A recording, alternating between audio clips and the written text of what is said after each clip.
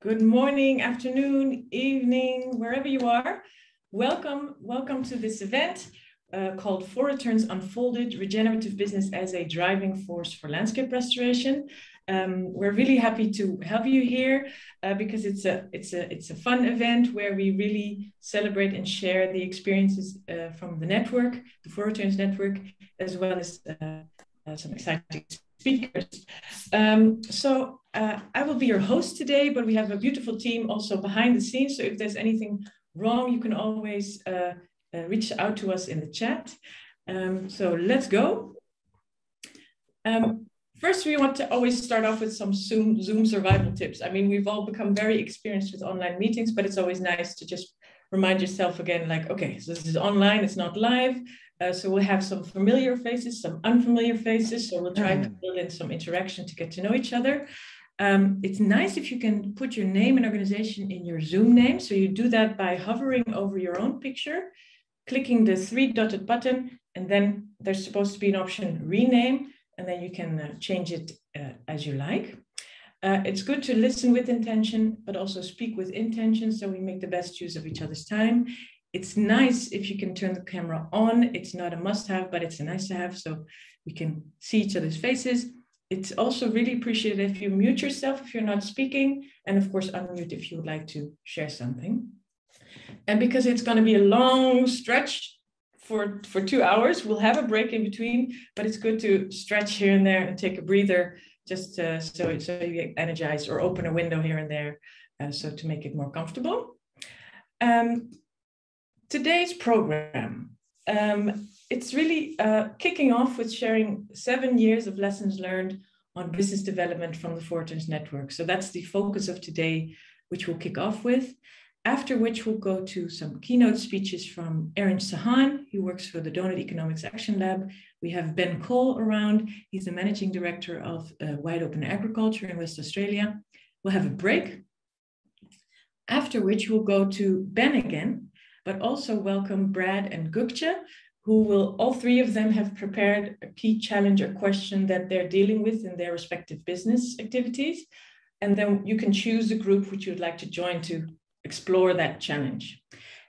So that's the breakout group section. And then we'll have a plenary close. And if all goes well, who knows, we maybe have an early close and you can go off into your day. But let's see, maybe we'll have a lot of fun and we'll have the full 2 hours. Just to give a background, internally within the network, this event is actually part of a trail. We call it the Mountain Trail. So that's an online learning journey with Commonland's partners who are also here in the crowd, to basically look back as we go up the hill to harvest the lessons learned. What have we learned on a particular topic? On the mountain, we actually celebrate and open up what we've learned. So the good, the bad, the ugly. And then downhill, which is going to be December, there's going to be a closing workshop where we take all of the lessons learned in and actually look ahead for the next 5 years. And this time, respective to the topic of business development. So this is just a background. So this is where we're at now. We're actually on the mountain. I don't know if you brought your hiking boots, but we're on the mountain as we speak. And of course, we can't do this alone because Commonland is, of course, a network organization. So we are very much collaborating with partners from all over the world. So these lessons learned are really their lessons learned. So what we did is harvest some of the experiences from different landscapes. So here you can see the different faces, and they're also in the crowd, so you might see them a little bit later. So thank you guys for helping, because without you, these lessons would not be there. And somebody actually in this journey rightfully asked, what is business-driven landscape restoration? What do you actually mean? So we sort of looked at all the information and came up with a kind of a definition for what we consider to be business-driven landscape restoration. So we actually believe that even though economic activity has wreaked havoc on the world, it can also actually be an engine for driving sustainable practices on the land. So we've experienced that business-driven landscape restoration sparks entrepreneurial spirit. It can generate sustainable financial returns, and it can thereby actually accelerate a transition towards local regenerative economy that's within the carrying capacity of the land. And this is, I think, an important definition because it explains, our view on business as part of a landscape approach.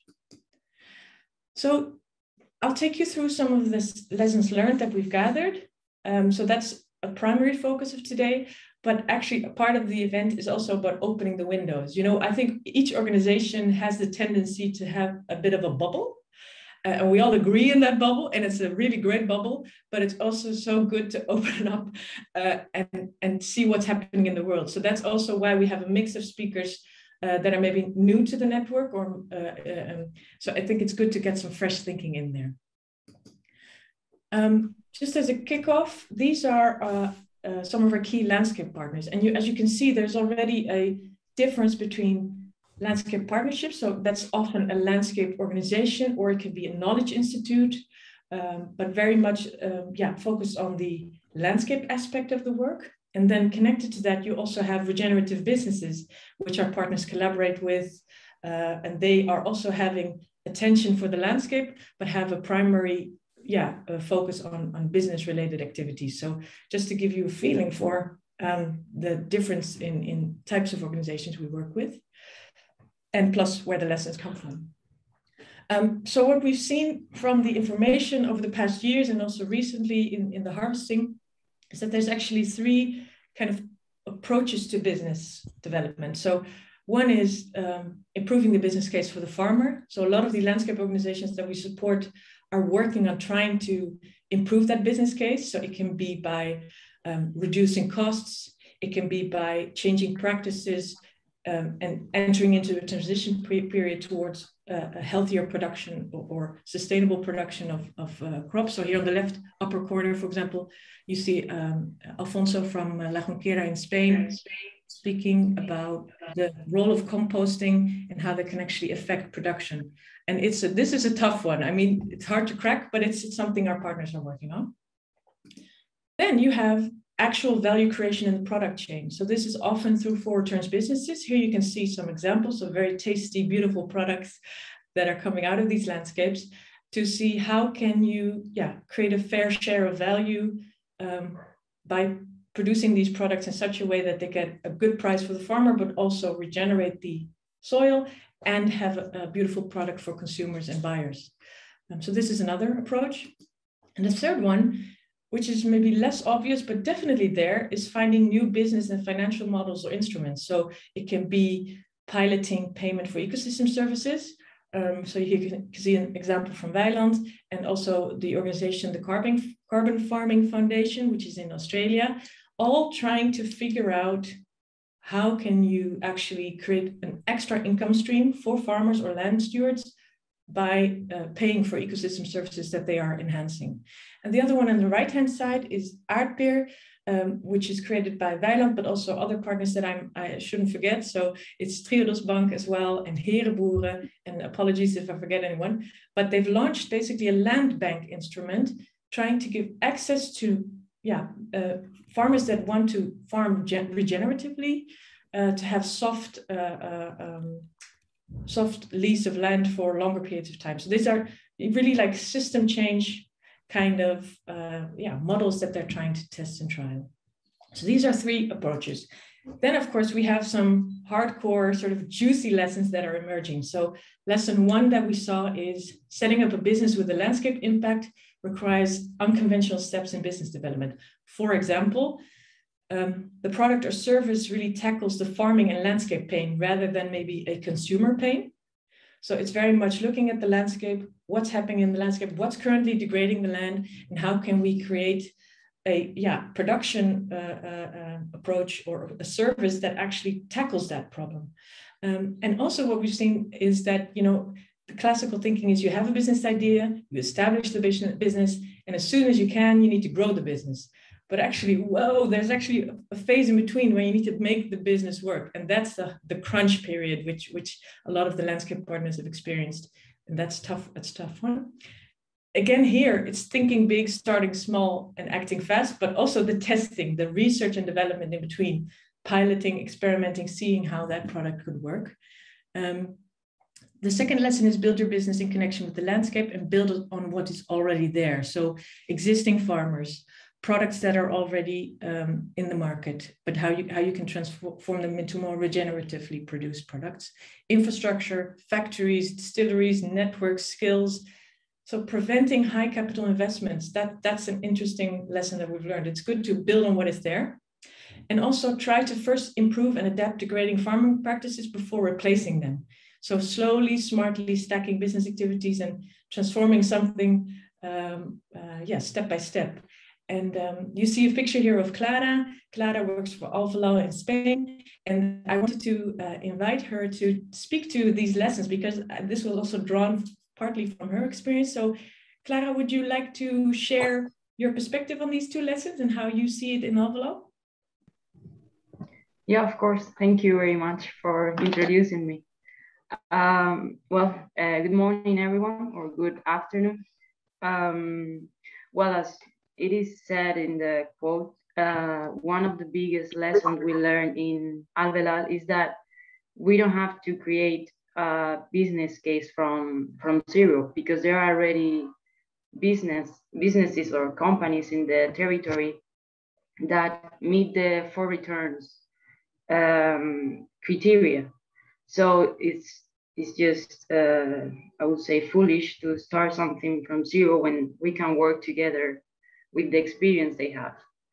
And also, according to this point, it's important also to take into account the opportunities we have in the territory, because not all the lands can produce or the same, let's say, the same products. So we have to research and see where the best companies they can develop in our territory. Let's say it like that. And also, I wanted to add one of the what I would say is the biggest challenge for Alvalal right now is to create a sense of community where all the businesses and farmers are included and can. I'm sorry, I could hear myself somewhere. And so they believe in their possibilities and work together and, keep growing. That's what I will highlight from these 2 points. Fantastic. Thank you so much, Clara. And thank you. I think it's super rich insights and experiences from Alvalal. Thank you. So lesson 3 and lesson 4. So we also saw that with a lot of our landscape partners, both kind of the landscape NGOs, so to say, and the businesses, is actually you can create and nurture a network of entrepreneurs as a space for business development. So business can drive change, but it cannot be the only driver. So you actually have different roles. So you have a landscape NGO. I mean, it's a bit of a classic term, but you have kind of like a neutral, committed outsider that wants to restore the landscape, and you have a business developer or a business really focused on creating a sustainable business case. And it's important to have those different roles because as we'll explain later, the business cannot do it alone. Small innovation grants, we've seen also, are really great in attracting new business partners. So it could be like a small grant, like a prize or an award, where you can actually attract innovative business developers to your network to come up with awesome ideas for creating new business cases in the landscape.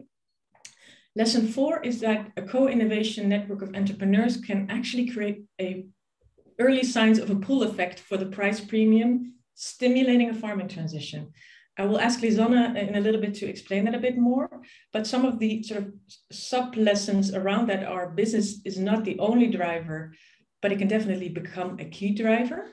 We also saw that premium price plus supporting farmers in that transitioning is like a great combination, because premium price is attracting them to sort of take the leap, but supporting them in transitioning, creating like a web of support around them, farmer to farmer exchange, is key to success. We also are seeing that landscape to consumer platforms can actually help remove some of the blockages from the value chain for farmer suppliers, for example, by marketing their products. So you see dirty, clean food, which Ben will talk about. You see Grutto in the Netherlands. You see Alvalo Foods in Spain, Grounded Ingredients in South Africa. So there's actually like an aggregator platform emerging, trying to bring together landscape products to the consumer. And now I'd like to invite Lisanne, whom you see on the picture. Lisanne works for Weiland, and she actually can speak to some of these lessons learned from the Weiland experience. Go ahead. Thanks, Willemijn, and good morning, good day, and good afternoon, everyone. Happy to talk about these lessons learned. I think as for the third lesson, the network we've created, we see that the entrepreneurs are super valuable in landscape restoration. And therefore, I mean, we already had a few on our radar. We knew about a couple, but we had a hunch that there were more in the landscape. So we set up an innovation prize, an award where they could basically pitch their innovative ideas and win a prize.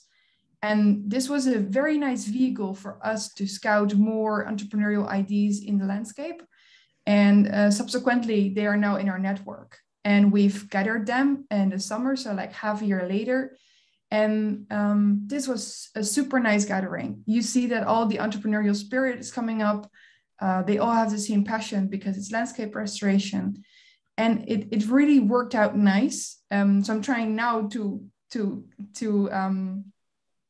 work on that network and to create an actual network and to improve it. And as for the fourth lesson, I think Willemijn already explained it very nice, is that we see that those entrepreneurs who have the passion to work for landscape restoration simultaneously provide our farmers with new sales channels, new price premiums. And this actually makes the business case for regenerative farming for our farmers even more interesting. And yeah, I've described it as a pull effect, but basically if there's more demand for such products, there's more incentive for our farmers to even make the transition. As such, those entrepreneurs are becoming more like an accelerator of the transition into regenerative farming. I hope I've explained this well, and if not, please feel free to reach out and I'll tell you more about it. Super interesting. I mean, I'm guessing a lot of people will want to really dive deep into this. So Lisanne is free and available to speak to this. So that's super cool. And I think it's really rich insights. And I can't wait to see how this evolves over the coming years. Thank you. Now, there's actually so what we're constantly trying to do at Commonland level is trying to sort of make sense of what we see happening in the landscapes and in the network and translate that to kind of like a universal tools or stories that are accessible to other audiences to be inspired and also try to set up their own landscape initiative. So one of the things we did also together with the Rotterdam School of Management as part of the massive open online course, but we've iterated it together with partners, is we created a 4 returns, you could say landscape business model canvas. So it's a tool that you can also find on the 4 returns platform, where you actually look at your business with almost like the conventional business model canvas, but there's actually a second layer where you can situate your business within a landscape. So there's actually 2 sheets that you can fill in for yourself as a business developer to see how is my business case potentially positively or negatively affecting the wider landscape around it. And here you see 2 pictures of the Regeneration Academy in Spain. It's also on the La Junquera farm. And participants of that course also use the business model canvas to think about their own business case, which is super inspiring for us. So I wanted to share them here. And feedback is always welcome. So if you find it useful or not so useful, please let us know. We're trying to make sense of what's happening in the network and translating that for inspiration. And now it's actually time for our first keynote speaker. His name is Erin Sahan. And Erin is a business and enterprise lead at the Donut Economics Action Lab. And for over 10 years, Erin has focused on the transformation of business, of the business world, to actually make it more regenerative and distributive by design. So he's exploring governance and ownership models that embeds social and ecological priorities. And he's leading the business and enterprise work at the Donut Economics Action Lab. And his background ranges from business, government, social enterprise, and NGOs. And he worked as the chief executive at the World Fair Trade Organization and also the head of private sector at Oxfam. So I've actually had the privilege to work with Erin at Oxfam, and I really got to know him as a very sharp thinker, inspirator for the future of business and social enterprises. And I'm really grateful that you're here, Erin. So I would like to give the floor to you. Wonderful. Oh, wonderful. Thanks, Wilhelmine. Such a pleasure to be with you all. Hopefully my slides are showing, and I'm going to do a bit of a rapid journey through donut economics and what it means for business. And hopefully there'll be some interesting insights for those in the audience. I know that many of you are probably innovating on this far beyond some of the things I might say, but hopefully it collects together some ideas and a bit of a vision that could be helpful in bringing even further innovations in the way we design our enterprises. So as Wilhelmine said, I started off in the business world. I moved into the aid and development world, working with mostly farmers in Indonesia, went into Oxfam for 7 years and did lots of campaigning and trying to change some of the system and the rules within sectors, and then into the World Fair Trade Organization, which is the headquarters there in the Netherlands, but operates in 82 countries, predominantly with social enterprises in refugee camps, in slums, in marginalized areas around the world. And now I think where I'm working is Earth.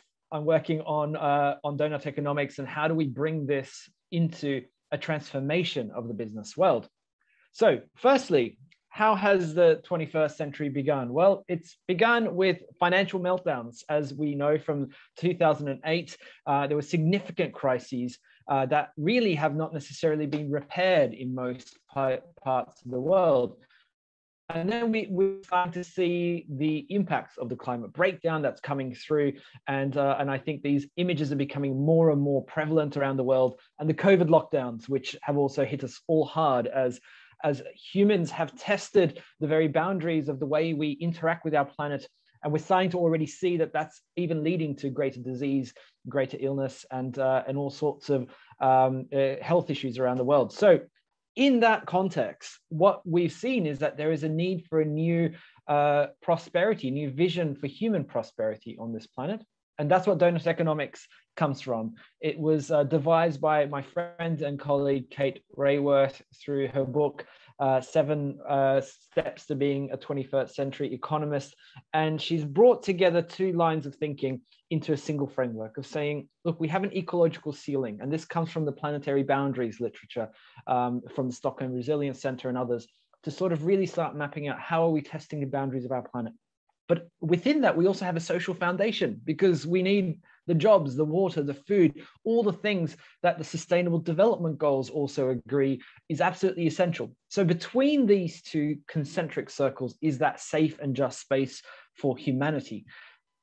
At the moment, we're not doing very well. This is our planet, our species' collective selfie. If we were to take a portrait of ourselves, this is what we would look like. This is what our species looks like. This is what our communities and societies look like. And this is how we are impacting the world. We are in huge overshoot of planetary boundaries, and we're in significant shortfall on social foundations around the world. Something is gravely wrong. And this is not just something that is about the current situation in a handful of countries. Actually, it's the situation in all countries. As you can see, in developing countries, they're not using a lot of the planetary boundaries that should be budgeted for them. But we've got huge amounts of social issues and a lack of provision of life's essentials for many people. But as we move through, we see that actually in the richer countries in the world, especially, there's a huge overshoot and a huge overconsumption of the planetary boundaries on a per person basis. And this is the case everywhere. So if I swap out USA for Sweden, it's the same thing. The Netherlands, the same thing. All around the world, nobody is in the donut. Everybody is either massively overusing planetary boundaries or hugely under-delivering on the life's essentials for humanity. So what does all this mean for business? It means that business, I think, needs to completely transform some of its production models and its practices. it comes from putting aside some of the degenerative models of production that so many of you are also trying to innovate in ways that we can move away from the take, make, use, and lose culture of using products that are absolutely destroying our planet, to a much more regenerative model where the nutrients, both biological and technical, can close the loop and start to create a reuse of those materials. So we're no longer taking, making, using, losing products, and we're living within the cycles of our living world. So far, I hope none of this is a particular surprise. It's a reminder of the context from on which we are operating. And there are many businesses already that are pioneering on this, from the business Sanergy in the slums of Nairobi in Kenya, which is taking human waste via toilets that didn't even exist before and turning that into fertilizer, to the Fairphone model of modular product design, which is allowing phones to have a much longer use of life, that is putting away the built-in obsolescence that is very prevalent across the electronics industry, to circularity models like Houdini, which are taking all the natural fibers in their products and turning them into food, to Interface, which is a carpets business based in Australia, which has created essentially a factory as a forest that is putting back more nutrients into the context of the local ecology than it's taking out. It's renting carpets and then repairing them. So again, closing the loop. These models are possible. These practices are possible. And on the distributive side, on the social side as well, we're seeing everything from employee ownership, which is allowing profit shares to go back to workers, like the John Lewis model in the UK, but elsewhere as well. To again, Houdini, if we go back to that model where you've actually got completely open source design, and Houdini saying, we don't want the intellectual property of our products and our designs because we want you all to use it. We're only going to get to our vision if everybody starts using and building on each other's technology and innovation. So rather than being protective about it and looking at market share, thinking we're part of a broader ecosystem within our sector. To stakeholder governance models like El Puente in Germany, it's a roughly 10 million euro business that brings in fair trade products from around the world and is partly owned by the workers and farmers in the supply chain, partly through its own workers, partly through the world shops, which are spread across Germany, and partly through the founders. And it means that they're in the board, but also they get the profit share across the board as well.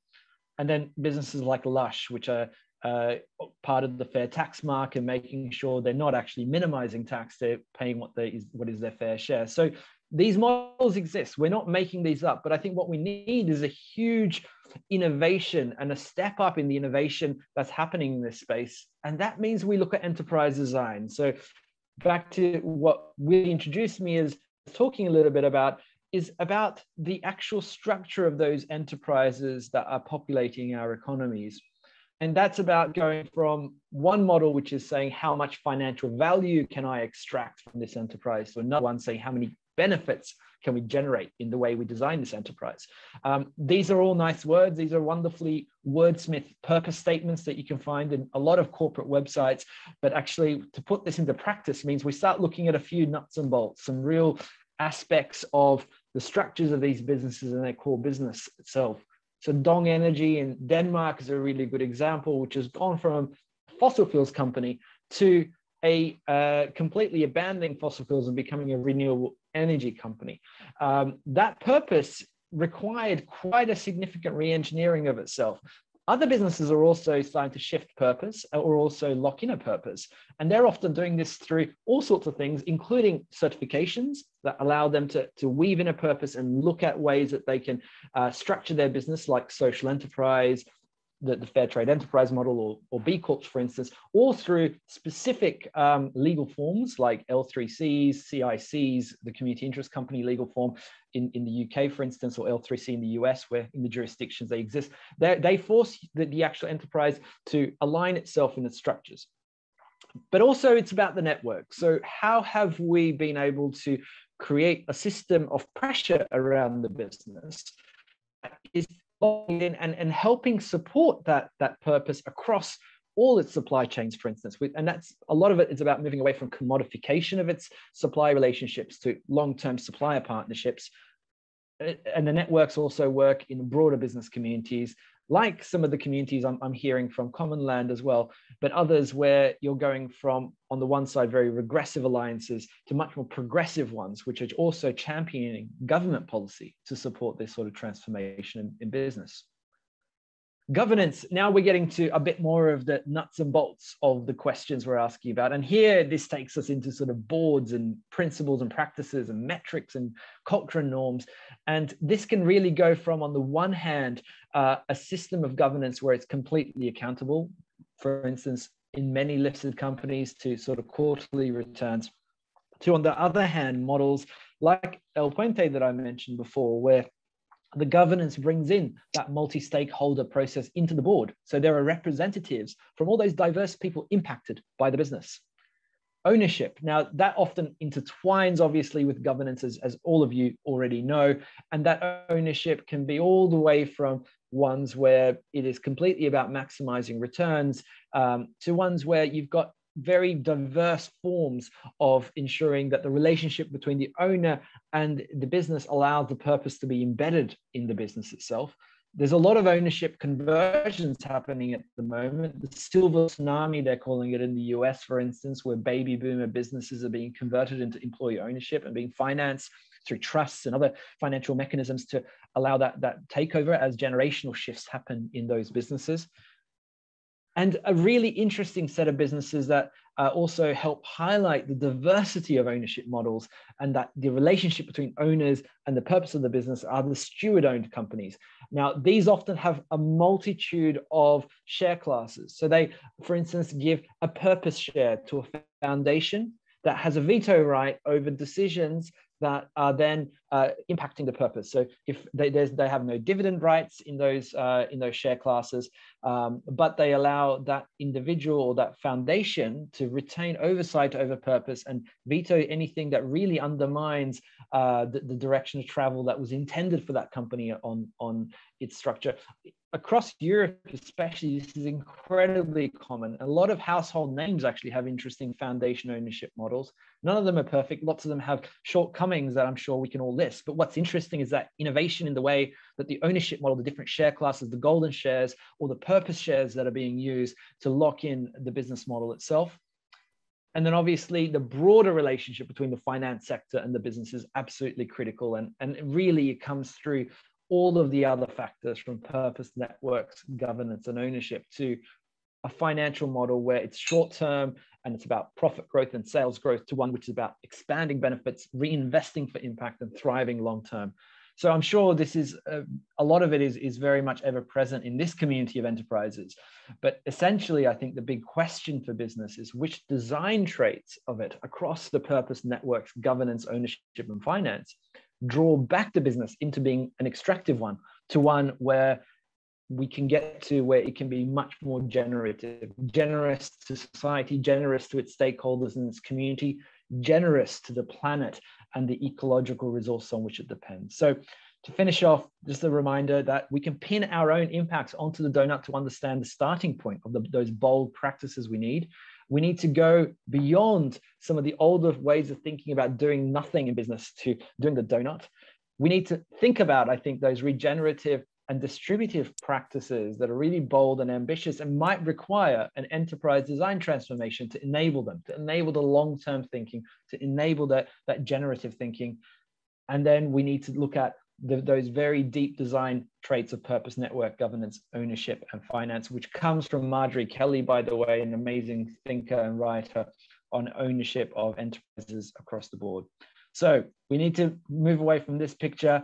What we're doing at Donut Economics Action Lab is fostering a community of individuals and ideas that are beginning to really rise and convene around the world to sort of challenge the dominant models and systems of business and economics and city governance and country governance that is outdated, that is from the 20th century. And we need these 21st century ones to be invented, because most of them have not been invented yet. So I invite all of you as individuals to join the Donut Economics Action platform and to start seeing some of the tools that are coming through.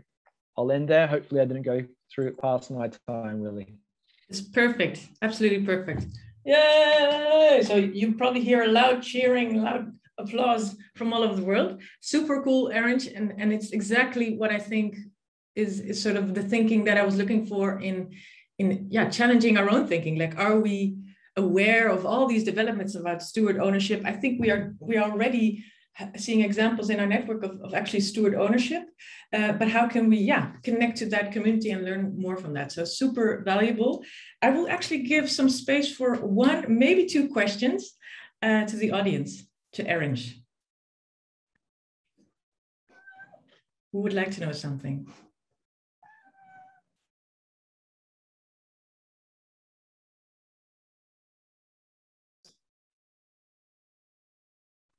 Very shy. Well, maybe it was super clear then.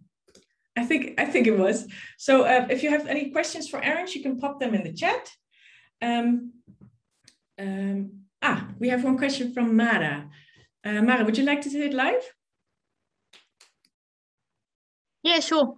Hi. Thanks a lot for that speech just now, because it was a speech, wasn't it? I felt the passion. I love it. I've been in sustainability, or as we say, for like I guess 15 years now, and I'm really intrigued by how I keep myself going and others working on sustainability and societal challenges for so long. So my question was, what's the thing that keeps you going? Well, I mean, I think, as you all probably attest, this sustainability circles, regenerative sort of visions that are coming out always attract some of the most ambitious and energized people. So I think it's no small thing that we get to work, even if it's in this abstract, interconnected global way, with others who are pretty inspiring and pretty energized and positive and solutions oriented. So I think that's a big one, but also that there's a huge amount of innovation that's happening now. And I think in a lot of places that we've just looked at sustainability as a checkbox, but now we're starting to see we need to go beyond sustainability, because we can't just sustain this current state of affairs. We need to repair things on our planet, in our soils, in our oceans, in our air. And that reparation is actually about not sustaining, but going to regenerative. So I'm pretty excited about those huge innovations that we just haven't invented yet. And we don't need to limit ourselves to the 20th century models that have failed actually to address this century's crises. So for me, it's the people and the ability to innovate together. Couldn't agree more. Yeah. It's really an interesting development, taking that next step and always looking for new and, I don't know, reflecting on what I've done and others have done and trying to make it better. Thanks. Right, thanks a lot, Mara. So Rutger, you have a question. Yeah, Erin, thanks a lot for your presentation. I had a question on more like existing companies, so the traditional private sector. Can you give us an example of a company that actually transitioned from or to stewardship ownership, or to more of a donuts sort of perspective on operating? Sure, I can give you two, one from the global north, one from the global south. So one is in the UK, Richer Sounds, which is a very large sort of sound retailing business. It's pretty well known to anybody who is interested in that space in the UK. Family-owned private business.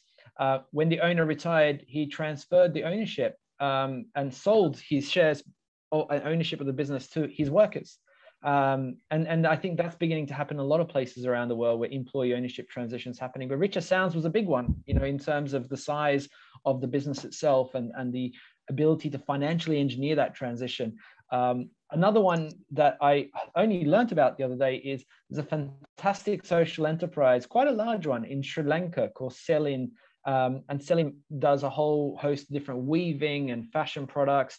And currently, they're looking, they've got a plan to transition into community ownership model, for instance. And they're sort of taking that forward because that's going to help lock in their purpose longer term. Those steward ownership businesses I mentioned, they all have a very different structure.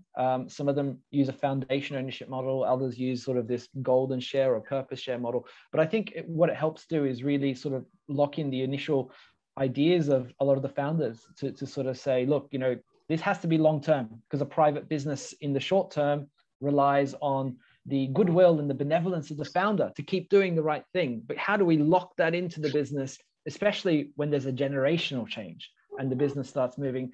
And I think the other lesson I'm seeing from all of those examples is that it's going to look different for every business. There's no blueprint for this, which is why the analysis needs to happen. Where does it, is it a board seat? Is it part ownership share? Is it something else?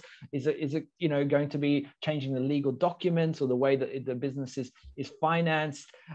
It's going to look quite different for each one. And for smaller businesses, it might be about factoring that in for 5 years down the track, or 8 years, or having a gatepost. Right, when I get to 2 million turnover, I'm going to bring in this model. When I get to 5 million turnover, I'm going to have a board representative seat for, you know, the farm organizations in my community. So it can be something that ramps up. And I think the big thing is to move away from a style of thinking where these are just like predetermined things. Oh, social enterprise, cooperative, B Corp. We can invent it. We can make this up depending on the context. And I think we have to, because otherwise we'll be stuck in some very limited ways of doing this from last century.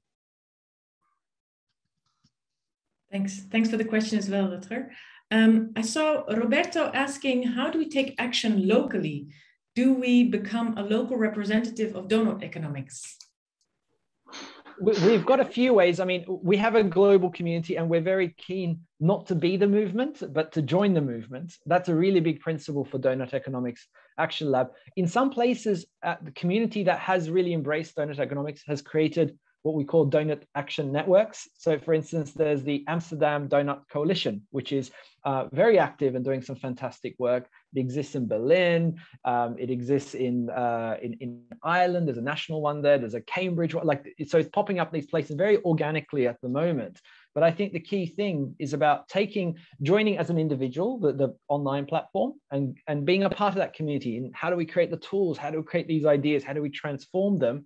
And then bringing them into whichever community organization you think fits in your local context. And if one doesn't exist, of course, a new one can be created.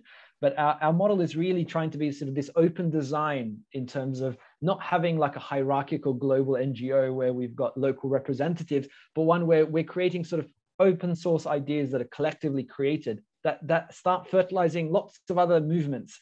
Because yeah, the last thing we need is many more new hierarchical organizations globally. Cheers, Erin. Thanks very much. That's really one idea I'm having is like taking a watershed and then involving all the different communities along that watershed, and then creating like a movement along that. So you regenerate the watershed, but then create those sustainable businesses and stuff. But yeah, thank you very much. That's great. Great, awesome. Thanks, Erin. And you'll be sticking around for a little bit, is that correct? That's right. I'll be sticking around for about half an hour. Okay, awesome. And otherwise, if people have questions to Erin, there's also a link to the Donut Economics Lab, where you can find Erin. Thanks again. Really appreciate it. A lot of food for thought. We'll probably reach out to you when our thinking around this evolves and we come up with questions.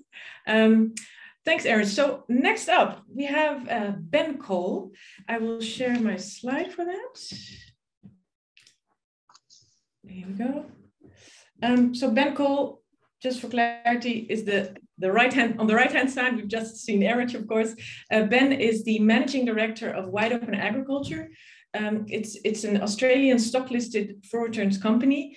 We've been connected to Wide Open Agriculture for years. And it's actually become one of the leading regenerative food and agriculture companies in Western Australia.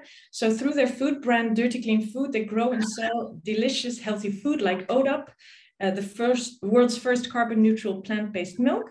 And they also partner with farmers committed to rebuilding healthy soil, enhancing biodiversity and restoring waterways.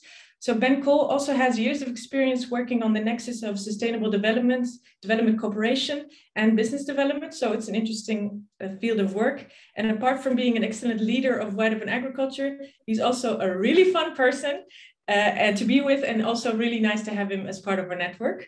So Ben, I would like to give the floor to you. Thank you, Willie. That was an amazing introduction. That was really nice. Thanks. That's really warm, and I'm feeling very welcomed Thanks, everyone. And the previous speakers, thank you so much. There's been so much already that's made me feel really happy to be a part of this session. It's so nice to hear the commonalities of experience. And I think that shows that then as a movement, we're really progressing and capturing those experiences. So, yeah, Willie asked me to speak specifically about our experiences over the last 7 years. That's a little reference to the Brad Pitt movie, 7 Years in Tibet. So I just had to drop that one in there. But Wide Open Agriculture, now actually has formed just very sort of months after Commonland. So we've really been on this journey of growth together. And Commonland's framework has completely sort of been cemented in the DNA of the organisation from the very beginning. So I feel like, it's a really hopefully useful example of a system or a structure, an organisation that's been built around a purpose, a central purpose of large-scale landscape regeneration, and how we've come about affecting that change. So we really took on the position of regenerative farming very early on. We translated 4 returns into our context of the West Australian wheat belt. It's 150,000 square kilometres. There's about 70,000 people that live there. There's less people that live here than the Arctic Circle. I say here because I live here with my family, with my 2 lovely sons, and my wife is the farmer. I'm the guy who, we lived on the farm, and after the 2nd year of getting told just to turn switches on and off, I realised I was not the person who was ever going to be involved in farming. So I was looking also for some inspiration and exciting opportunities. And it was then that I was exposed to the 4 returns model. And that really caught my attention, because I thought, wow, having worked, in large-scale development programs and worked in social enterprises, I'd sort of always seen this gap, and I got really attracted to the idea of trying to do all 4 at the same time. But you'll see later on some lessons were learned through that experience. So we've really positioned ourselves around the regenerative movement. I think at the beginning it was like a bleeding edge. We had a lot of critique and criticism around what is regenerative. I don't think we really knew ourselves. But as time's gone on, we've really formulated a very strong, pragmatic description of regenerative farming for our farmers. We do operate in animal protein and in oats and lupine. But for all of those, we've sort of contextualized that for our environment and how we can show and demonstrate that impact across soil health, biodiversity, the water and nutrient cycle, but also the farmer's own learning experience. As Enric said, it's very much a process of continual improvement. And we've fought a lot against using the word sustainable in lots of forums, because if we stay the same, we're all ruined. And now we are at that inflection point. Like, we are finding consumers are coming to us. They're coming to Dirty Clean Food because everyone actually has started to weigh up. Okay, I can do my bit with changing my electricity supply to renewable energy. I can seek to use cars, petrol cars, diesel cars less, or I can buy an EV, or I can use public transport or ride. What do I do for food? It's a really important tenet. It's a third of emissions, according to the European Science Commission. So we sit firmly now. This is my pitch deck, by the way, if you're wondering. I do a lot of pitching. So I'm just giving you the framing of the business. We sit in these kind of, what we see as kind of mega trends, which we feel are vital for the survival of the planet and also grow, an interesting business. It's the regenerative ag, the plant-based milks and plant-based proteins. The global sort of population boom alongside rising wealth in developing countries is really starting to put pressure on our food system, particularly around access to proteins. So we're doing really well. We have grown successfully for the last 10 quarters, which is an incredible achievement. And we do that through our food brand, Dirty Clean Food, and we do grass-fed beef and lamb. We do pasture-raised eggs and chicken and pork, and we do seasonal vegetables, eggs, and a milk as well. So we're really trying to be like a sort of a one-stop shop for regenerative and ethical foods in Western Australia. But that can only take us so far in regards to scaled impact. And in Western Australia, we grow the world's best oats, and we have amazing regenerative growers, but who they just sold into a commodity market. So we got really excited by the opportunity to sort of pull it out of a commodity market, add value, give those farmers social license, and give consumers access to those products as well. So that's where we've really positioned ourselves, and we're really excited by that. So the Lupine Protein is the part that really is kind of highlight project, because we grow amazing Australian sweet lupin here, but 95% of it goes into animal feedstock. So it's a protein that is literally converted through the animal process, and with that really loses a lot of its potential to be a really great source of human protein. So we've really focused on categories. We've brought this amazing technology that was homegrown here in West Australia at Curtin University, and we've put it into our oat milk, this sort of unfolded protein, and it works really well. It creates a really creamy taste, and we think it's got really good applications for plant-based meat snacks and protein formulas or supplements as well. So all of that is where we are now, but there has been some incredible lessons in the last 7 years. And already I've heard some really good lessons, so I won't repeat them too much. But where we started was with the 4 returns. And I think we translated it a little bit too literally. So we looked at the wheat belt and went, right, number one social return, number one return or number one loss is of people. Communities were literally evaporating around us, primary schools closing, whole communities disappearing, through that classic globalized process of farms aggregating, go to scale or get out. So we went really hard and built that amazing shade house you can see to create jobs, to show that you could layer an enterprise. But actually, sorry, I've forgotten your name, but from the Spanish program saying, actually, there were really good businesses already in the wheat belt. There were really good regenerative farmers in the wheat belt that really needed that support to decommoditize and get a new access to market. So that's what we have now sort of transitioned towards. But in saying that, we learned so much about innovation, working as a farm. We were farming, we were primary producers, we were growing vegetables in an arid environment. We learned so much and actually got so much credibility. Like a lot of farmers said, wow, you actually did that? Like no one has tried anything different here for decades. So it was an important part of our journey, but I do sort of, I'd say one of the key lessons is what the Spanish group have also said, go slow, listen and breathe, but then do something big, do go for it. And then another one of our lessons was around a framework and a theory is really important. And we've used the 4 returns as a real sort of checkpoint each time we make big decisions. But you've got to then do it. And that's really hard. And particularly the 3 zones part, we've always found quite complex, particularly in language and communication to farmers. The term zones and ecological and natural combined zones. But we've applied it and it's worked really well on a scaled farm up in the northern wheat belt. And what excited us about it is that we recently visited it and it's working. So that's great news for everyone, from the framework to the practitioners. But for us, I guess it was a real lesson in you've got to hold true to that mission, and that is not always easy. So those photographs there are sort of the progression of the landscape. And this is the combined zone. We planted 50 hectares of forage shrubs that allow cattle to graze in a sort of agroecological way. It's still not perfect. It's still getting there. But it was a lesson for us that you do need to sort of hold true to that vision, but then get something done. So also another similarity that I've already seen, that sort of connection, that importance of sort of bringing things together. We, for a while, didn't really know where we added value. We were sort of trying to farm, and then we built this food brand. But actually now we've articulated it, like we've recognized it's to remove the blockages between those 2 parties of regenerative farmers and ethical producers with conscious food eaters.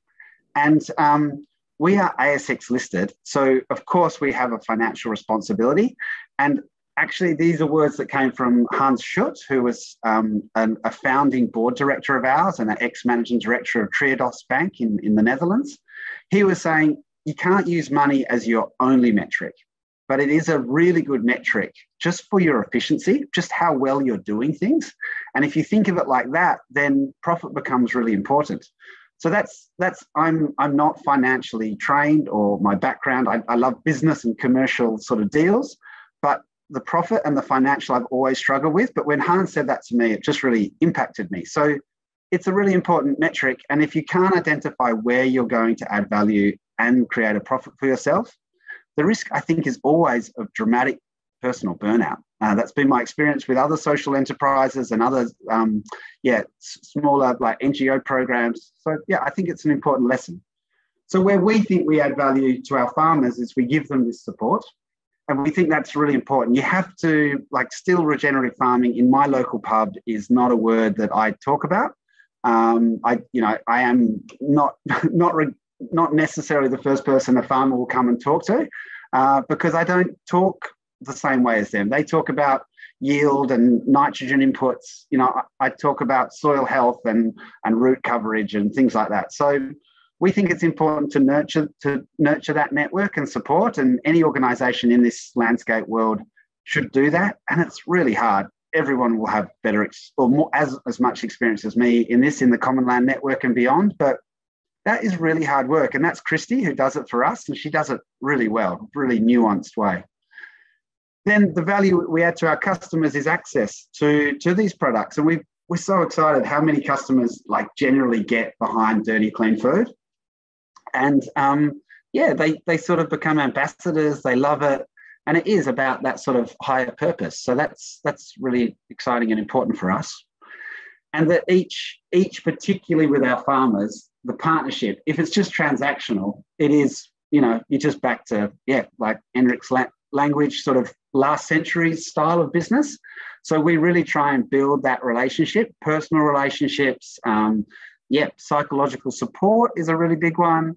Just interaction, social license through social media. Everyone gets, and also just having a bit of fun together as well. It's important to remember that. And then this one's, it's sort of a more personal one for me, is on this journey, and the question to Enric about the how do you keep going?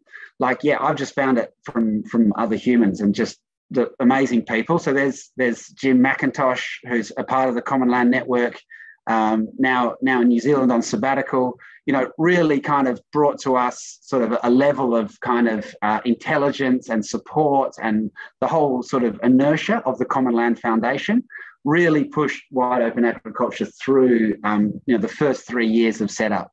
And I think they're the really hard years where you really are just finding your feet.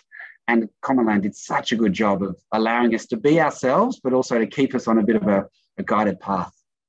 And then these farmers, Steve Ford lives just over the road from me. He came to me 5 years ago and said, Ben, I'm either going to buy a new farm and just keep chemical farming, or I'm going to try something new.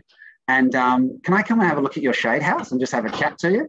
And I'm not saying I influenced his decision more than his own decision making, but since then he's been on a really amazing pathway towards regenerative farming. Now he tops me up when I'm down. I hopefully top him up when he's down, because it's not easy, that transition, a 3-year sort of period where he really was losing yield. But the last 2 years, he's starting to have some really great success in those roots. And you can see that interaction between the soil and the plant root is really starting to take hold there. And then the man on the right is probably the most unconventional person I would have expected to get support from, but his name's Russell Kane, and he worked for a stockbroking house. And when I first met him, he represented everything about the old century financial system. But then in our IPO, when we took it to the stock market, we were down $250,000. And I went to see Russell Kane, and he said to me, well, Ben, actually, you talk about climate change and action on climate change. It's actually a responsibility that we all have to take seriously. And for my 2 daughters, he actually mentioned his 2 daughters, and he made that commitment. And I look back at our PowerPoints. I look back at our proposition to market. It was pretty light. And he took a real step forward and backed us. And so I guess I'm just sort of relaying that story, because I think sometimes you talked about the bubble, Willie. I think you have to realize that for this to work, you're going to have to talk to people that you maybe don't expect to get along with, that maybe you don't expect to have aligned political views with. But it's surprising what comes out when you put yourself forward as an alternative proposition. And the last one, which Willie and I have chatted about a lot, and I think now we're really starting to bed down and get much better at it, but we've always found it really hard to measure our impact. It's really hard, and Simon's on this as well. It's not easy, and we've started to sort of refine it. But when we've looked at B Corp and we've looked at the other mechanisms, like they are, when you're in startup mode, just even finding time to fill out the forms and do those things, it's difficult. So we've tried to be just really transparent through social media and just tell honest stories. So if you look at our Insta, you look at our book, yeah, that's kind of the real truth. But as time goes on, as we do now develop, we've gone for those third parties like the climate actives that give us that carbon neutral certification. But we're really engaging in that, and we think natural capital accounting is a really exciting proposition for us. So yeah, we're still on that journey, I suppose. And then this is the last one, is really that recognition, which again got brought up at the start, which is really good to see that commonality. You need to form your ecosystem. So which return are you going to really focus on? And we've really had to bed down on the financial, being ASX listed. But that doesn't mean you can't find partners around you that can do the work and make you feel that the whole 4 returns are being achieved in your landscape. So thanks for listening. That's really good of you. And thanks for the opportunity, Willie. That's been really a great chance. Thanks. Nice. Woo! The crowd goes wild. Thanks so much, Ben. It's always such a pleasure to hear you speak because you have such a sort of lived experience of WOA, and it's such a pleasure to listen to you. The good news is we can get a bit of more of Ben in the breakout group. So if you would like to talk to Ben about his challenge, which we'll pitch after the break, there is an opportunity to meet Ben. But we have 2 other speakers we will introduce after the break, whom you also get a chance to meet in the breakout room. So thanks again, Ben, super valuable. I appreciate all your energy that you're putting into WOA and team. So we'll have a break now, friends. We'll be back in 5 minutes. So stretch your legs, take a cup of tea, cup of coffee or wine if you're in the evening, I don't know. So be back in 5 and see you in a bit. All right, I hope slowly people will come back into the virtual space. Just half a minute. I can see Brad. Hi, Brad. Good morning. Morning.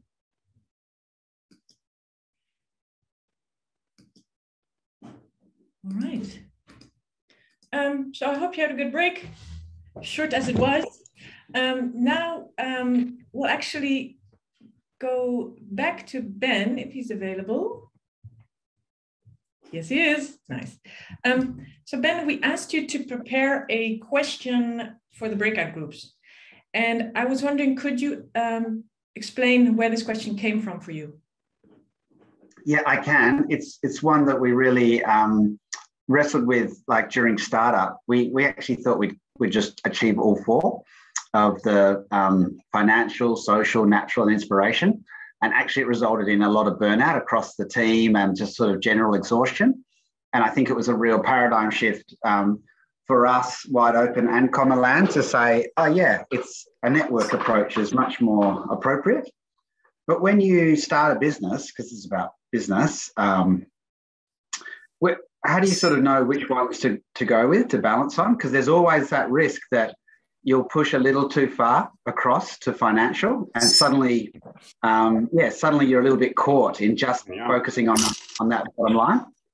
So yeah, but I think as a company goes through life stages, actually, like we're now in a growth phase, so we've got resources to spend a bit more on, really reviewing what are we doing around our diversity, equity, and inclusion across our business and our farmers' businesses. So that's social return. Conversations we couldn't really afford to have during startup. And then when you're really getting to a stabilized position, how do you as a big company start to then bring these things in? Because not all companies are going to form now and be 4 returns. I think we have to work with existing companies. So just to engage in that conversation. Good. And I think it's been a question circling in the network a long time. It's almost like you have in a music studio where you have these different panels. you can put up the bass and the drum and the vocals. It's also, I think with the 4 returns, sometimes you need a bit more focus on financial returns, and then you can work on the network spirit of inspiration. And so it's good to get a feeling for that together. Nice. Thanks for that, Ben. So we'll get back to you in a little bit. We will now go to, let's see, to Gökçe. Gökçe Okulu, are you in the crowd? Yes, I am. Nice. So we'll make sure you're visible. Nice. Hi, Gökçe. We're calling in from Copenhagen. I will introduce you first, if that's okay, and then I'll give you the floor.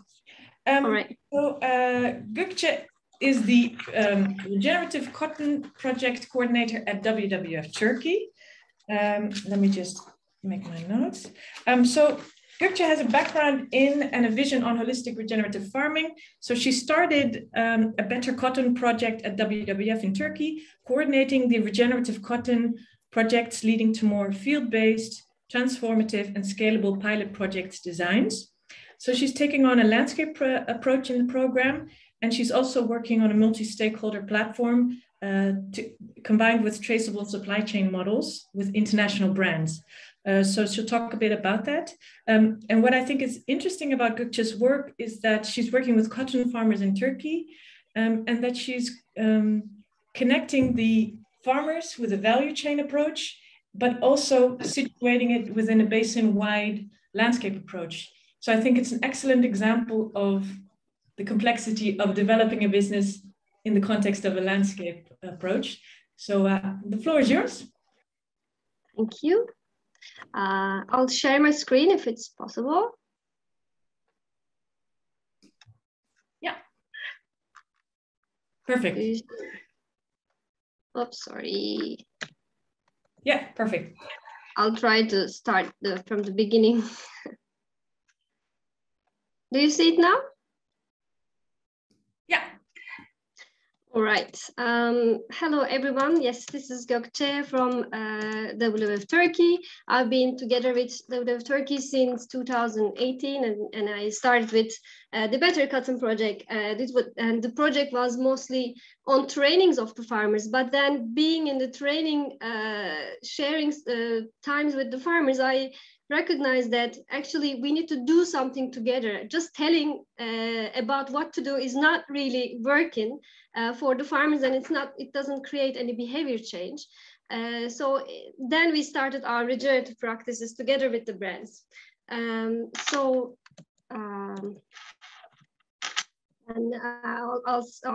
I'll talk about how we started. As WWF Turkey, working in the Büyük Menderes River Basin in the west of Turkey for many years. In 2019, we called stakeholders for collective action around water stewardship. And then we created a multi-stakeholder platform. This committee is now working towards asks for changing in the legislation on behalf of farmers. In the basin, the most unsustainable resource management practices are generally around water and soil. So the main irrigation method is the flood irrigation.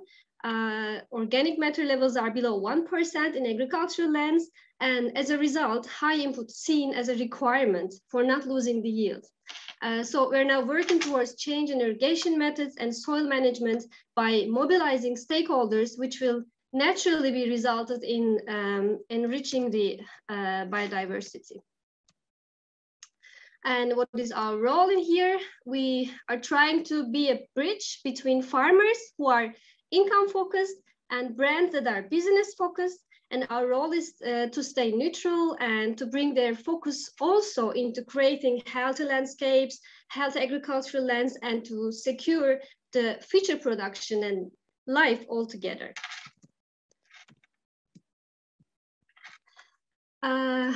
And regenerative agriculture is the tool we use for changing patterns in farming.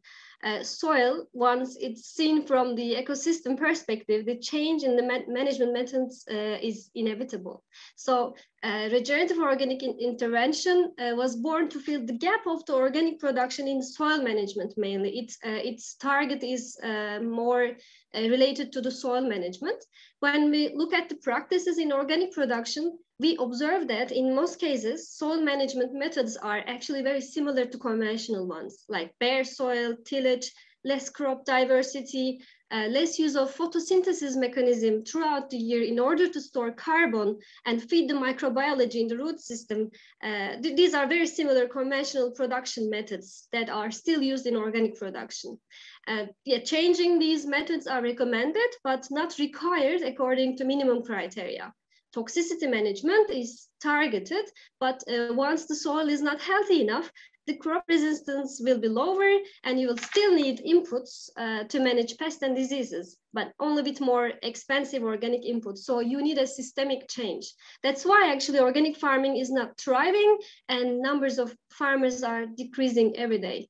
So with the regenerative interventions, by mimicking the nature, you create a system that can stand still without you replacing all the functions, but instead bringing and also supporting those functions. So that's why we use regenerative agriculture as a tool towards sustainability, let's say. But yes, we have some challenges on the way.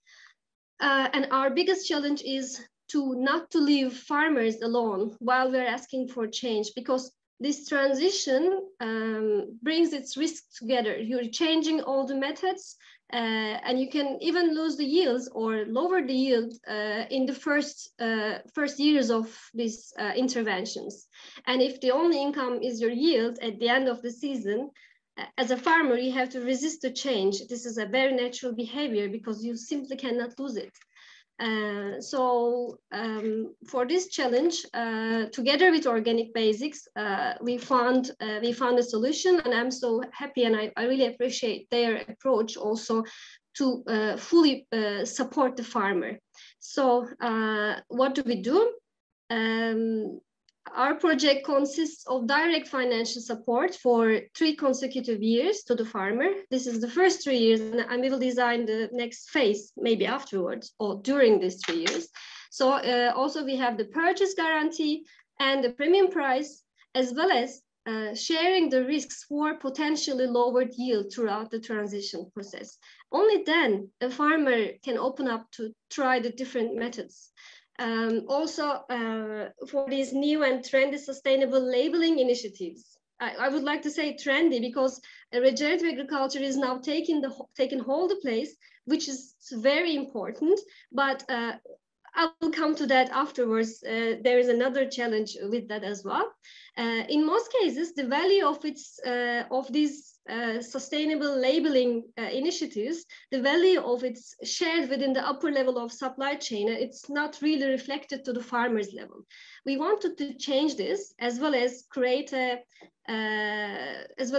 a transparent model of supply chain from Turkey to Denmark directly, together with Organic Basics. Yeah. So, and what is our current challenge? Let's say, I mean, being in this project, I'm also contacting with many brands from all over the world, and I know that everyone really wants to label their products with the regenerative practices. But we have to balance these things, because in one way we have to speed up the farmers for adopting new practices, and it's not really easy because they also would like to see the change in time. You know, like just hearing is not really inspiring farmers. They prefer to see what's going on in the field and what is changing and how they benefit from this. And also from the brand side, yes, they are demanding to label their products with regenerative term, let's say, but then we have to slow down them, because if you're demanding a lot, if you are giving a lot of value to that, then you need the process should be speeded up. But then there is this potential that people are going to cheat, you know, we just don't want to empty the meaning of the regenerative work. It takes time. Also, Ben was pointing out this one. It takes time. The storage of the carbon, the regeneration of the soil, it takes time, and we have to give this time to each of us, to farmers, to the world, to the soil, to the microbiology, to everyone. Yes, thanks for listening. And also, we have this video just today or yesterday released by Organic Basics. I don't know if I can share it, or Willem and somebody from technical team maybe can share it. What would you recommend? We can watch it together, or you can watch it later on. Okay, we can give it a try. Probably when you click it, it opens in the browser, I'm guessing. Yeah. So you might need to reshare your browser, I think. Yeah, all right. Lovely the image, by the way. One sec.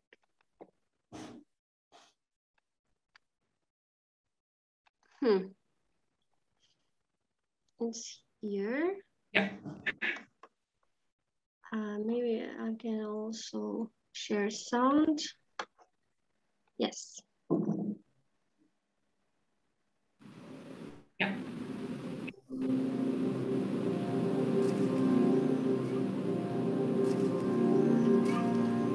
Benim yaşamak için yaptığım şey bu.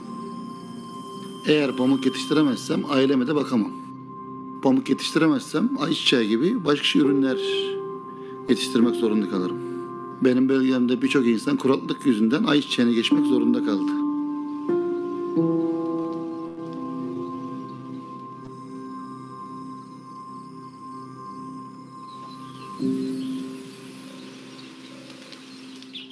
My name is Gökçe, and I work as the Senior Sustainable Agriculture Expert at WWF Turkey.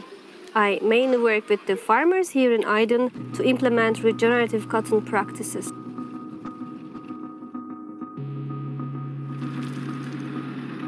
When we till deeply through the soil, it loosens it initially, which is beneficial for cotton yield in the short term, but bad in the long term. Eventually, the soil becomes extremely compact and dry to the point where it is very hard for it to absorb the water.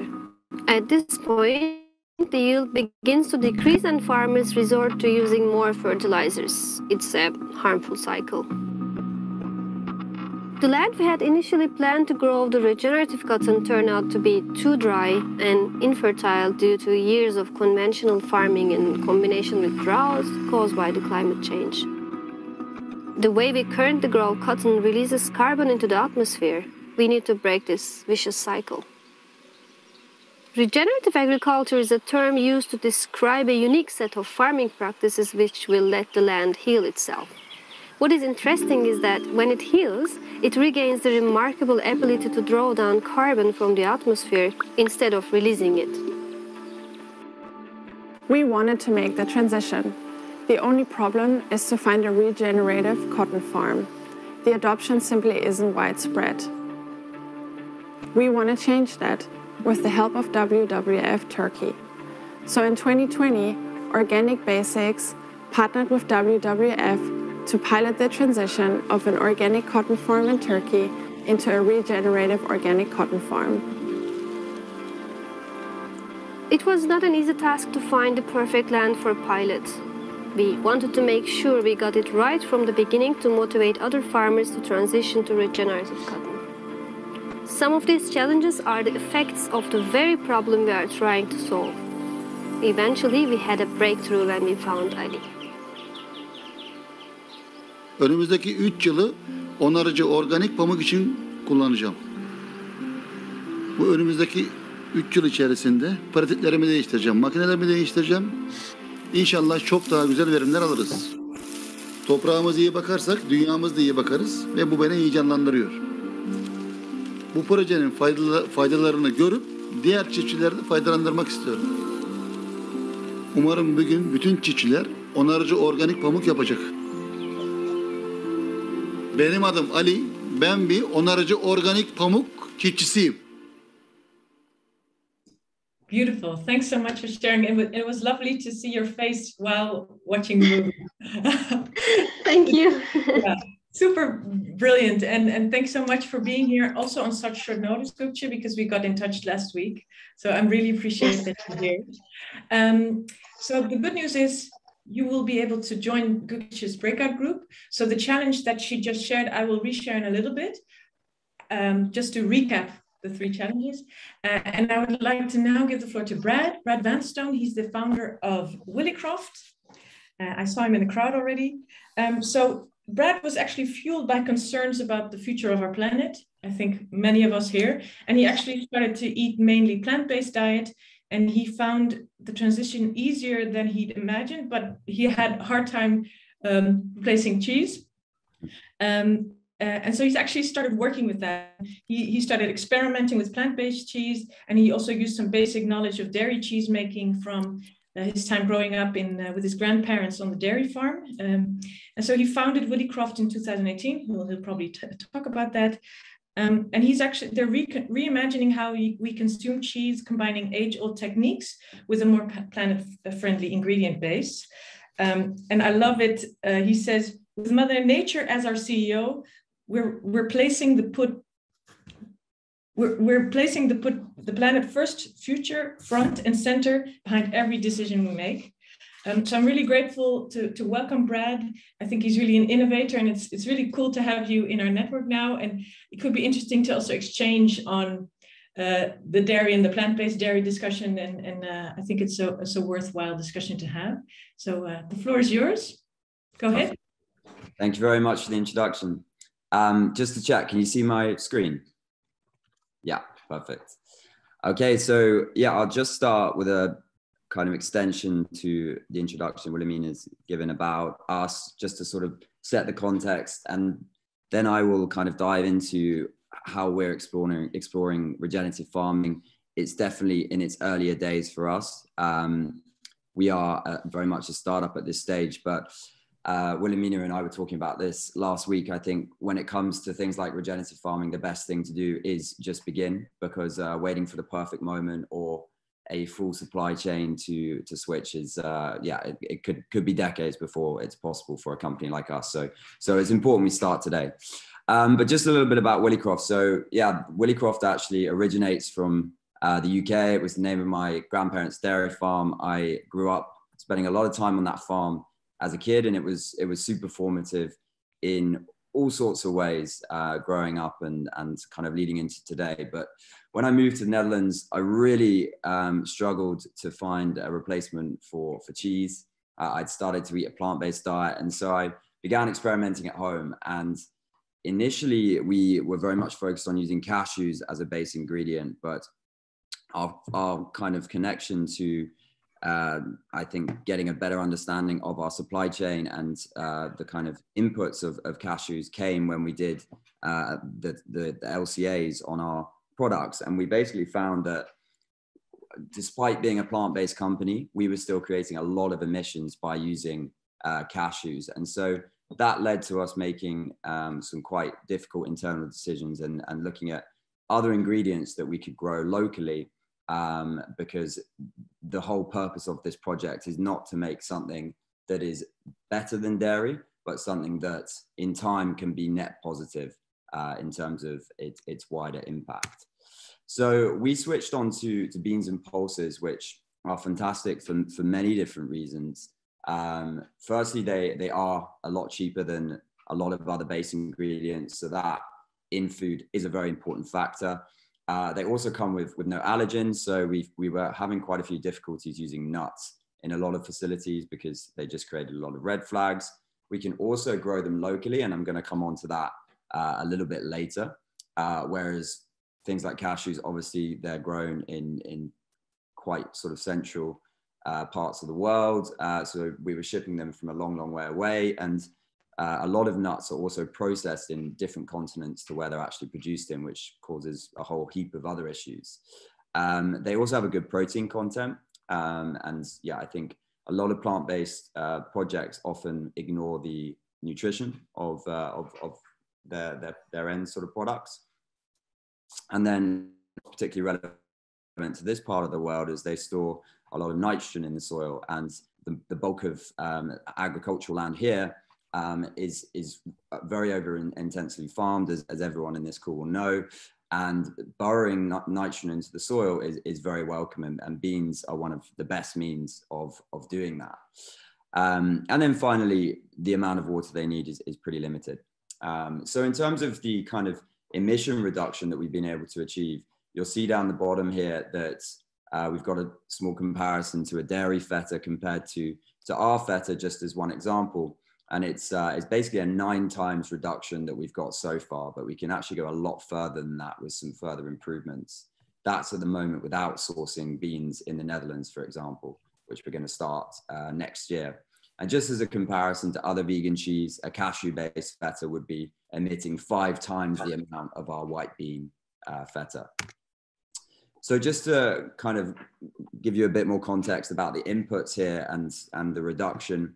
Firstly, cheese consumption within Europe is the equivalent emissions of Belgium as a country. So it really is a staggering amount of emissions that cheese emits. So it is super important that we do adjust the kind of inputs into this particular product. So just to look at a very kind of top level summary of how cheese is made.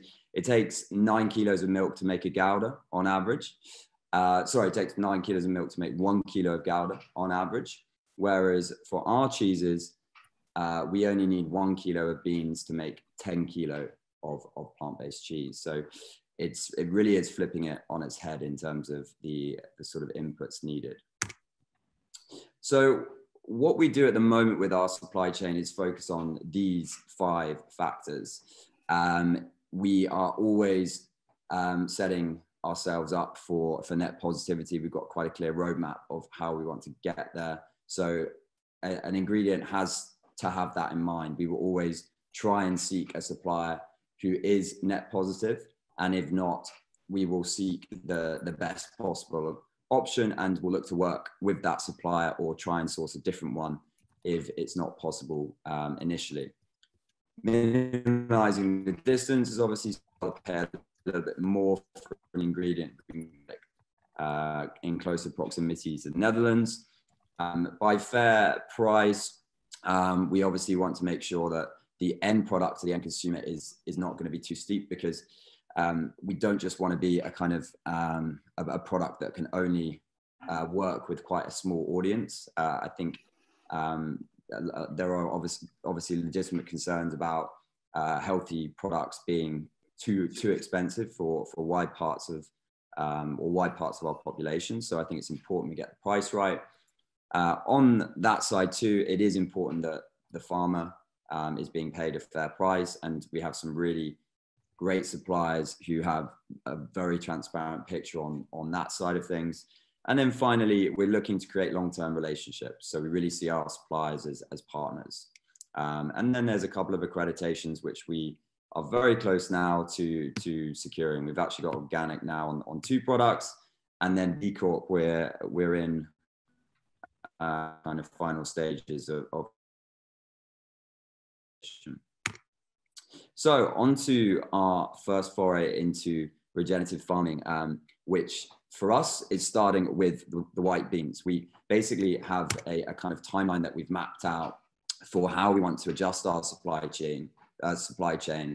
And I would say one of the big challenges for us at this stage is that even if we wanted to switch big parts of our supply chain, actually large proportions of it at the moment aren't sourceable with regenerative ingredients. So we're going to look to bring that kind of into our own hands by planting 50 acres of white beans, which is our main ingredient now, here in the Netherlands next year. So alongside that project, we obviously are not experts in either beans or regenerative farming. So we have brought in experts who really know those areas very well. So they are a big part of the project. We've also given the farmers that we're working with some security on yield. So there's various bits of insurance that we've laid out. We're working with 1 dairy farmer and then a couple of arable ones. So this is also a transition piece for the dairy farmer to show that there is a new model of income away from dairy farming, which I think is super important, because the government at the moment is saying that we need to reduce the amount of cattle by 30% by 2030. But their only means for doing it at the moment is to buy up farms. And actually, a lot of the farmers we speak to want to keep farming. They just don't know how to transition. We're going to be piloting this project across 3 regions, so we can test different soil types and different yields. And we're going to be doing a lot of work on the data side to make sure that we're getting some very clear results and we can use this information and learn from it, essentially. So that's our goal for the next 2 years, really pilot how efficient and effective it is to grow white beans here in this part of the world. We then are going to be targeting creating 1 product using regenerative ingredients by 2024. And I've left it as a kind of open-ended question at this stage in terms of our entire supply chain, because to be totally frank, we don't know if that's possible at this stage. I'm hoping that things will have really kicked on by then and we'll be in a position to source the entire supply chain. But at this stage, as I mentioned, a lot of the ingredients that we need are just not sourceable with regenerative practices. So our main challenges, I think, some of the speakers have already touched upon these already. Certainly time was mentioned a couple of times. Yeah, we're running out of time, obviously, but also as a startup, we don't have infinite amount of resources or time as a company. So that's why we've lent on partners to sort of assist us. But as we do broaden the scope of this project into creating a regenerative end product, but also looking at our entire supply chain, we are going to have to find a way of securing more resources for this. So that's not something that's insurmountable. There's a lot of grant support there. There's also the chance for us to put further funds into this, but it is something we need to overcome. And then I think also on the knowledge side, there's a lot of ingredients, as I mentioned, that just aren't sourceable at this stage. So we will need to increase the kind of knowledge there. And internally on our side, we are still very much in the learning sort of space when it comes to regenerative farming and indeed plant-based cheese. We've only been going for 3 years. So I think gathering knowledge and being very humble about where we're at is super important there. So I think we're going to dive into our main challenge, which is funding, in a bit, but that is it from me for now. But thank you very much for your time, and looking forward to breakouts. Thank you, Brad. Thanks a lot. Woo! I always sort of try to enact 60 people applauding. Thanks a lot. So I will now summarize the challenges that have been posted by the speakers, just for a refresher, because now we're going to go into breakout groups. So make sure you're ready to engage with people in a group. You've been in listening mode, and now we're going to interact. So we've heard Ben, of course. Just as a recap, his question was, which of the 4 turns do you focus on during startup, growth, and development stages of your business? So understanding this dynamic of, if you work holistically with the 4 turns, what does that mean for your business in different stages? Then, of course, we had Brad just now. He was actually, his question really was down to, how do you get access to funding for regenerative agriculture pilots with farmers? He can elaborate a little bit more on that question in the breakout group, of course. And we have Gökçe, who had a question around, how do you find the balance between trying to speed up farmer uptake of new practices and slowing down the brands to ask for a bit of space and support in the transition period for these farmers? So there's a bit of tension between buyers and producers. So Ben Cole is room 1. Brad is room 2. Gökçe is room 3. So if I'm not mistaken, we will all see a button below in Zoom. Oh, wait 1 minute, one more thing. So if you enter the group, it's good to discuss the key challenge. It's good to build on each other's ideas, think along with for example, Brad, Gökçe, and Ben, but also stupid questions don't exist. So you can just ask anything. And if you ask a question, it's nice to say, hey, my name is blah, blah, and I work for blah, blah, because then you know who's who. All right. So if you look below, you see a little box with breakout rooms. If you click there, you can see room 1, room 2, room 3. So join whichever group you are interested in. And we need to always brutally break discussions. And I'm sorry to pressure you. We had a bit of a, how do you say, a lag in time. So I'm sorry if you were pressured and we cut you off. The good news is this is just the beginning of the discussions because we are connected and can continue exchanging with each other more. Okay, so what I want to do now is ask each group to have one person report back something that they take away with them going out of this breakout group. So one person from group 1, what was your key takeaway? It doesn't have to be the host, doesn't have to be the speaker. What's the takeaway from Ben's room? It can also be Ben.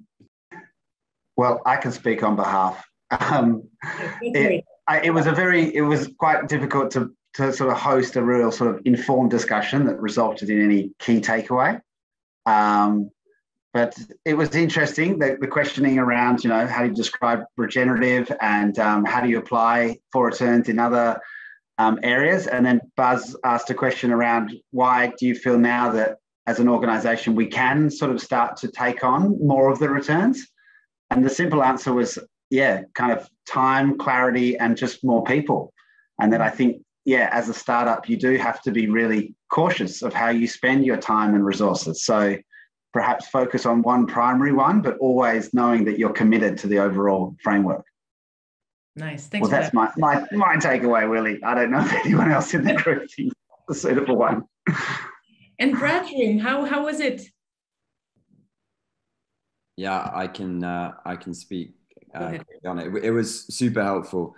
There were some very good funding routes, but I think maybe the most interesting point was that we should actually use the farmers to put forward the application because it's going to come better from them, and it also opens up more doors if we create a sort of a network of farmers that then apply for whichever funding route we do. So that was a really good point.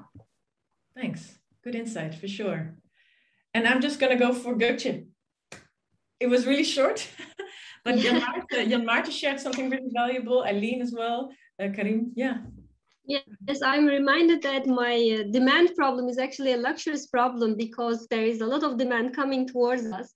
And with the systemic approach, we can create like 10 to 15 years systemic design for managing this demand, and also not only targeting the buying mechanism, but also targeting the whole footprint mechanism can support us. So I have very good insights from everyone in the group. Thanks a lot for that. Good.